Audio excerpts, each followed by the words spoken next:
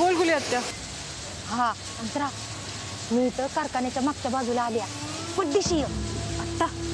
होय, लई महत्वाचं काम आहे, ये लवकर. हा ठीक. पकड पकड लवकर लवकर पकड.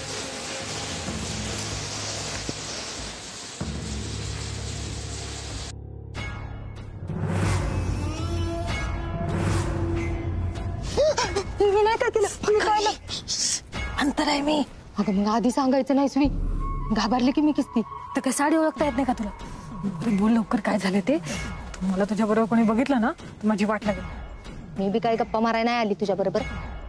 बरे बघ, मी जी काय सांगते ना ते नीट कान देऊन ऐक. आता कारखान्यात यात्रेसाठी विशेष भंडारा बनवला जाईल. तुला फक्त योग काम करायचंय. ऋतिकला सांगून त्या भंडाऱ्यात केमिकल मिक्स करायचंय. काय? होय, लई चांगली संधी मिळाली आपल्याला. ती अजापात हातातनं जाऊन द्यायची नाही. एकदा का ह्यो भंडारा यात्रेत उधळला गेला की त्याच्या सोबत ईदा त्यांची आणि ह्या कारखान्याची आबरू बी कशी उधळली जाते का नाही की तू बघच.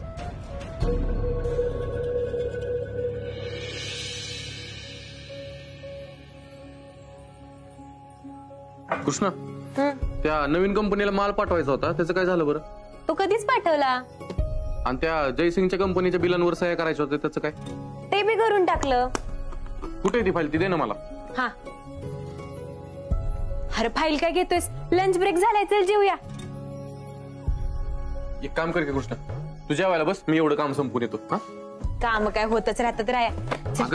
पटदिशीने जेवून घेऊया, उठ बरं चल. काय ग कृष्णा, आज एवढ्या कामात न तुला जेवणाचं भान कसं काय आलं बरं? दररोज तर मला तुझ्या मागं लागावं लागतं. कृष्णा जेव, कृष्णा जेव. तवा कुठे जाऊन जेवतीस तू? काय आज काय स्पेशल? कारण आज आत्यांनी स्वतःच्या हाताने डबा बनवून दिलाय आपल्यासाठी. त्यामुळे आजच्या जेवणाची चव वेगळी आहे बघ राया. आणि होय रे राया, आत्यांचा आपल्यावरचा राग गेलाय, त्यामुळे किती समाधान वाटतंय ना. कितीतरी काळ आपण या दिवसाची वाट पाहत होतो. हो काय? हो, तुला आनंद नाही झाला वे? झालाय की आनंद, पण आईचे डोळे उघडण्यासाठी आपल्याला लय मोठी किंमत मोजावी लागली कृष्णा. म्हणजे तुझा अजून आत्यांवरचा राग गेला नाही तर? अरे राया, आपल्या आत्या लई भोळ्या आहेत. त्या कोणाच्या बी बोलण्याखाली येतात आणि त्यांना कोणाचं बी खरंच वाटतं. पण आता त्यांना सगळं कळालंय ना, मग झालं तर. खरंय तुझं, पण आता परत गुली मावशींच्या बोलण्यात येऊ नयेत म्हणजे झालं. नाही नाही, आता नाही येणार त्या, कारण त्यांना गुली मावशीचा स्वभाव कळालाय ना, त्यामुळे येणार नाही. बर तू जेव. राया, आता सगळं कसं पहिल्यासारखं होतंय ना, त्यामुळे किती बरं वाटतंय. पण काय? पण बघ की, मी आत्या, दादासाहेब सगळ्यांची मनं जिंकली, पण माझी मामीच माझ्याशी बोलणं झाली र. जिनं मला सांभाळलं, मला लहानाचं मोठं केलं, मला एवढं शिकवलं. माझ्या एका निर्णयामुळं ती माझ्यापासून किती दुरावली. कृष्णा, मामीचं लई प्रेम आहे तुझ्यावरती, मग ती अशी सहजासहजी कशी माफ करेल बरं तुला? एखाद्यावर जर लई प्रेम केलं ना आपण, आणि स्वतःपेक्षा जास्त प्रेम केलं का नाही, आणि त्यात जर माणसाने आपल्याला दुखावलं तर त्यातनं सावरायला वेळ जातोच की. आता दादासाहेबांचंच बघ ना, तू किती चिडायचे आपल्यावर, किती रागवायचे, पण त्यांना जेव्हा त्या मागचा हेतू कळाला, त्यांना आपला स्वभाव कळाला, तेव्हा त्यांनी आपल्याला माफ केलंच की. मग मामी मी तुला माफ करेल, मला खात्री आहे बघ. तू अजिबात काळजी करू नकोस. तू म्हणतोस तसं झालं ते चांगलंच होईल. राया, अरे मला तो पुरस्कार मिळाला होता ना, त्याच्या रकमेचा पण काहीच उपयोग केला नाही. अगं तुला कुणी अडवलंय तवा? तुझे पैसे आहेत, तुला जसे खर्च करायचे तसे कर बघ. अरे तसं नाही र, माझ्या शिक्षणामुळं, माझ्या कामामुळं मिळालेलं बक्षीस मी असंच कसं वाया घालू? आपण ना त्याच्या समाजासाठी उपयोग करूयात. नक्की काय करायचं म्हणतेस तू? कसला विचार केलायस का? हा, बघ ना, आपल्या गावात ना एक पण मोठी शाळा नाहीये, त्यामुळे मुलं एकने बाहेर जाऊन शिक्षण घेतात.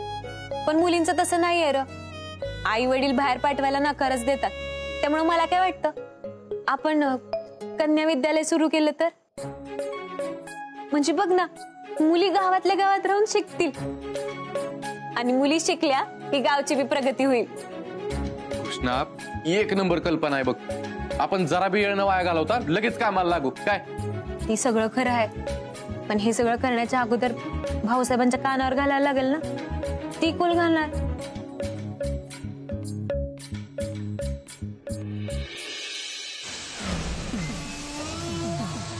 ऋतिक, पटकन काय करायचं ते सांग. नंतर रे बाटली ठेवू. पण या बाटलीचं काय करायचं ते सांग. अगं अंतरा, ही काय साधी सुधी पाणी प्यायची बॉटल नाही आहे, केमिकलची बॉटल आहे. असं समज विष आहे त्याच्यामध्ये. जेवणातून पोटात गेलं ना तर माणूस खलास होते आणि अंगावर पडलं तर ऍसिडचं काम करतं. लय झाली मग. मला माहिती नको सांगत बसूस. काय करायचे ते सांग. ऐक, हे केमिकल विनोबाच्या यात्रेत जाणाऱ्या भांड्यात मिक्स करायचं आणि एकदा का हा भंडारा उडाला ना, इथं त्यांची इज्जत, त्यांचा मान, त्यांचा सन्मान समजा उडून जाईल. त्यांचं जगणंच अवघड करून टाकतील आणि त्यांना गावातनं हकलून देतील. आपल्याला हेच तर हवंय. घाबरू नको. काम झालंच म्हणून समज. हे बघ अंतरा, तसं बी आता लंच टाईम झाला.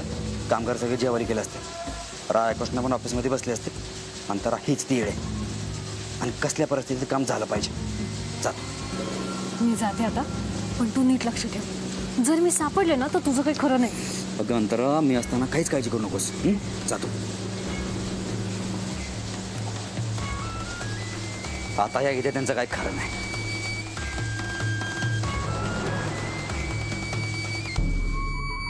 अरे आवरा लवकर, भांडारा पोचवायचा आहे आपल्याला. हे काय होतं झालं की जेवण.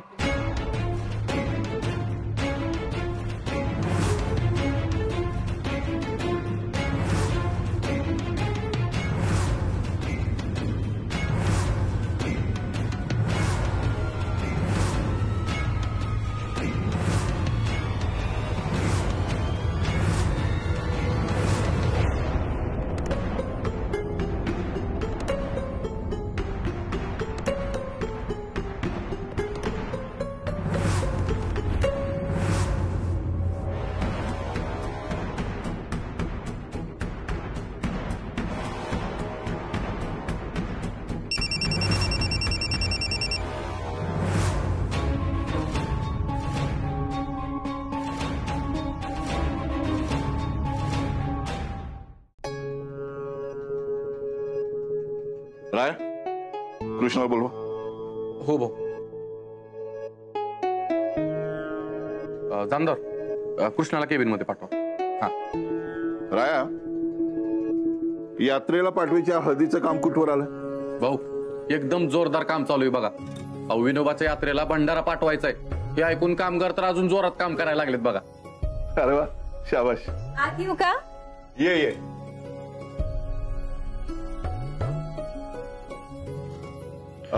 कृष्णा, आपण यात्रेसाठी जी हळद पाठवतोय ती सवलतीच्या दरात पाठवतोय, म्हणजे अर्ध्या किमतीत पाठवतोय. तेव्हा बिल बनवताना ते लक्षात ठेवायचं. हो भाऊसाहेब, बिल तयार आहेत. फक्त भंडाऱ्याची ऑर्डर पूर्ण झाली की ते देता येतील. अरे वा वा वा, म्हणजे जवळजवळ सगळं काम झालंच म्हणायचं. तुम्ही दोघं बरोबर असले ना तर किती पण मोठी ऑर्डर मिळाली ना तरी आम्हाला चिंता राहत नाही बघा. काय बरं राय, हळदीच्या दर्जात कमतरता राहता कामा नये. आणि दुसरी गोष्ट, हळद वेळेत पोहोचली पाहिजे. कसं आहे ना, लोकांच्या भावनांचा प्रश्न आहे. भाऊसाहेब, तुम्ही काळजी करू नका. आपली हळद वेळेत पोहोचेल आणि तिचा दर्जा पण आहे तसा राहील. तुम्ही फक्त ते विश्वास ठेवा. शाबाश. चला मग लागा कामाला पटापट. तू सांग. अरे काय झालं राया, काय विचारायचंय का? हो, बोलायचं होतं, पण मला नाही, कृष्णाला बोलायचं होतं. काय कृष्णा? भाऊसाहेब, ते तुम्हाला एक सांगायचं होतं. नाही का, मला मुंबईला तो पुरस्कार मिळाला होता. त्या रकमेतनं ना मला गावासाठी काहीतरी करायचं होतं. खूप दिवसापासून मनात इच्छा होती, पण नेमकं काय करायचं हे कळत नव्हतं. मग शेवटी आम्ही दोघांनी मिळून हा विचार केला की आपण आपण गावात एक स्वतंत्र कन्या विद्यालय सुरू केलं तर? नाही म्हणजे बघा ना, मुलींना गावातल्या गावात शिक्षण घेता येईल, शहरात जायची गरज भासणार नाही. किती सुंदर कल्पना आहे. म्हणजे बघा यानं काय होणार आहे माहितीये का, फक्त आपल्या गावातल्या मुली नाही शिकणार तर आजूबाजूच्या गावातल्या मुली पण शिकणार आणि गावागावात कृष्णासारख्या मुली तयार होणार. बघ कृष्णा, मी म्हणलं होतं का नाही, भाऊसाहेबांना ही कल्पना एकदम भारी वाटणार बघ. मग तूच का नाही विचारलंस? भाऊ मी सांगणारच होतो, पण तेवढ्यात कृष्णाने सांगितलं तुम्हाला. बरं आलं ध्यानात. बरं राय, मला एक सांगा, आता शाळा बांधायची म्हणजे आपल्याला जागा खूप मोठी लागणार. तुम्ही बघितली का जागा? नाही भाऊसाहेब, अजून जागा तर नाही बघितली, पण म्हणलं एकदा तुमच्या कानावर घालावं. जर तुमचा होकार असेल तर आम्ही लगेच जागा बघायला चालू करतो. नका बघू जागा. अहो, आमच्याकडे एक जागा आहे, आम्ही तुम्हाला दोघांना ती दाखवतो. कृष्णा तू ठरव ती शाळेसाठी योग्य आहे की नाही. चालेल? चला मग. भाऊ आत्ता लगेच? मग राया, चांगल्या कामाला कधीच उशीर करायचा नसतो काय. चला चला.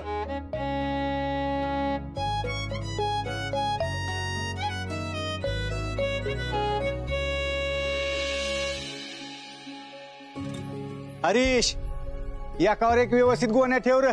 हा ठेव पलीकडे तिकडं. हा यांना पण तिकडं सांग. हा तिथं. रामदार, कुठवर आली ऑर्डर? बाया सर, भंडाऱ्याची ऑर्डर सगळी पूर्ण झाली बरं का. हे बघा, गाडी लोडच केली आहे, आता पाठवूनच द्यायची फक्त. काय बोलता जामदार, एकच नंबर काम केलं बघा तुम्ही. भाऊसाहेबांना कळालं ना, लईच खुश होतील बघा. भाऊ ऑर्डर पूर्ण झाली बा. काय सांगताय? आपण दिलेल्या वेळेच्या आधीच सरपंचाची ऑर्डर पूर्ण केली. रे शाबाश, आम्हाला माहित होतं राया तुम्ही असंच करणार, म्हणून ही जबाबदारी आम्ही तुमच्यावर टाकली बघा. भाऊसाहेब, हे सगळ्या कामगारांमुळे शक्य झालंय बघा. आणि हो, जास्तीची ऑर्डर आली त्यामुळे अंतरान ऋतिकनं जोमाने लक्ष दिलं यामध्ये. ह्यांच्याशिवाय हे शक्य झालं नसतं. असं अंतरा, तुम्ही आमचा विश्वास तोडला नाही याचा आम्हाला आनंद वाटतो. आज तुम्ही सगळ्यांनी आमचं मन जिंकलंय. असं सगळ्यांनी एकत्र मिळून काम करा आणि आपल्या कारखान्याचं नाव आहे ना खूप मोठं करा. रायकृष्ण, आपल्याला निघायला पाहिजे. हो हो. हा जामदार. हो. येस.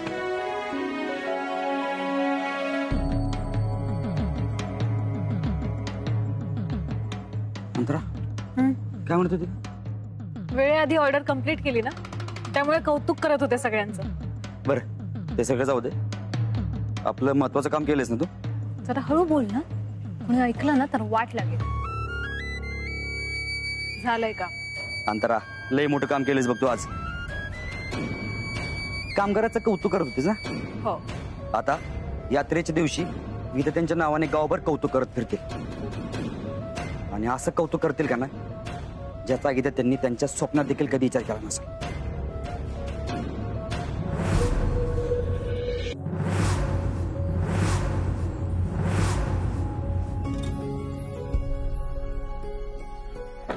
या.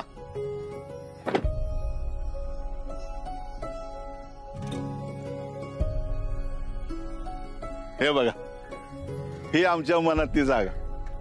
कस काय वाटली? खूप मोठी जागा आहे भाऊसाहेब. आपण इथे किती मोठी शाळा बांधू शकतो.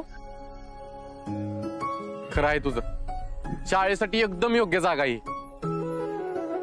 या जागेचं वैशिष्ट्य काय माहिती का? एक तर आपल्या गावाच्या जवळ आहे, रस्त्याच्या कडेला.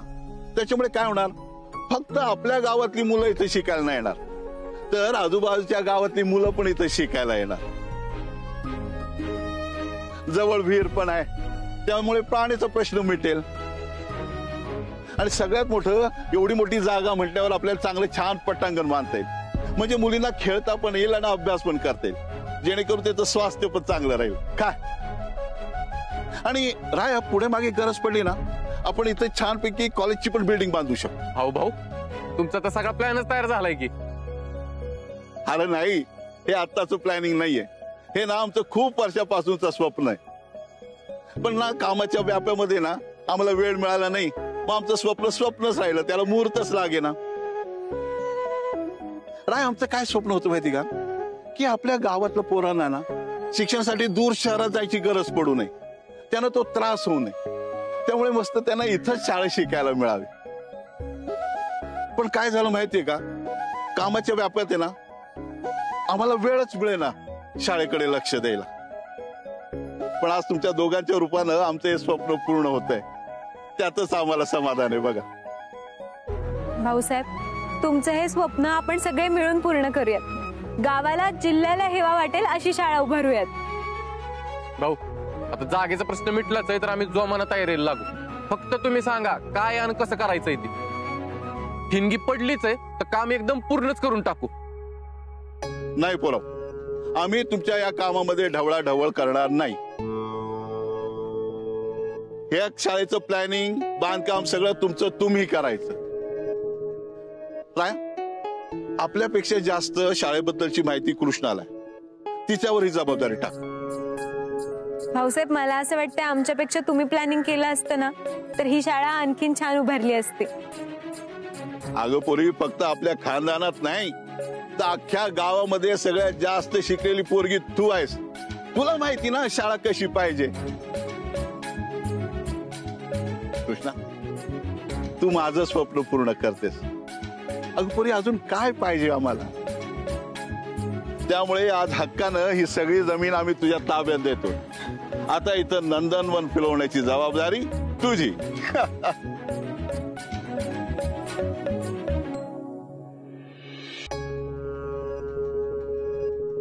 ऐक,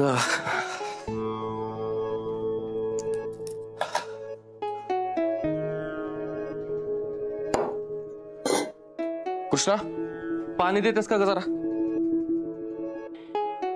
कृष्णा,